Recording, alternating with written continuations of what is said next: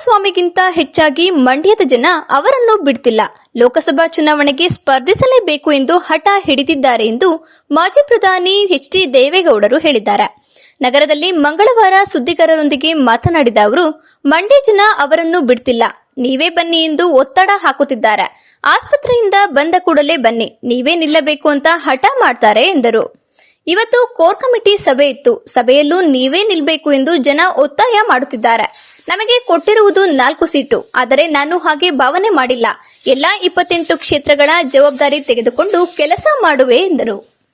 ಅವರಿಗಿಂತ ಹೆಚ್ಚಾಗಿ ಅಲ್ಲಿಯ ಜನ ಅವರನ್ನು ಬಿಡ್ತಾ ಇಲ್ಲ. ಮೊನ್ನೆ ಆಸ್ಪತ್ರೆಯಿಂದ ಬಂದಿದ್ದಾರೆ, ಆ ಜನ ಬಿಡ್ತಾ ಇಲ್ಲ. ನೀವೇ ನಿಲ್ಲಬೇಕು ಅಂತ ಹಠ ಮಾಡ್ತಾರೆ. ಇವತ್ತು ಕೋರ್ ಕಮಿಟಿ ಸಭೆ ಸೇರಿ ಅಲ್ಲಿ ಕೂಡ ನೀವೇ ನಿಲ್ಲಬೇಕು ಅಂತ ಹೇಳ್ತಾರೆ.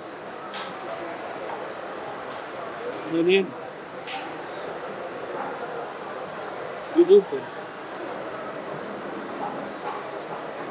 ಅದರಿಂದ ನಮಗೆ ಕೊಟ್ಟಿರೋದು 4 ಸೀಟು, ಆದರೆ ಹಾಗೆ ಭಾವನೆ ಮಾಡಿ 28 ಯಾಕೆ ನಾನು ಏನು ಮಾಡಿದ್ದೀನಿ ಅಂತ ಗೊತ್ತು ನನಗೆ.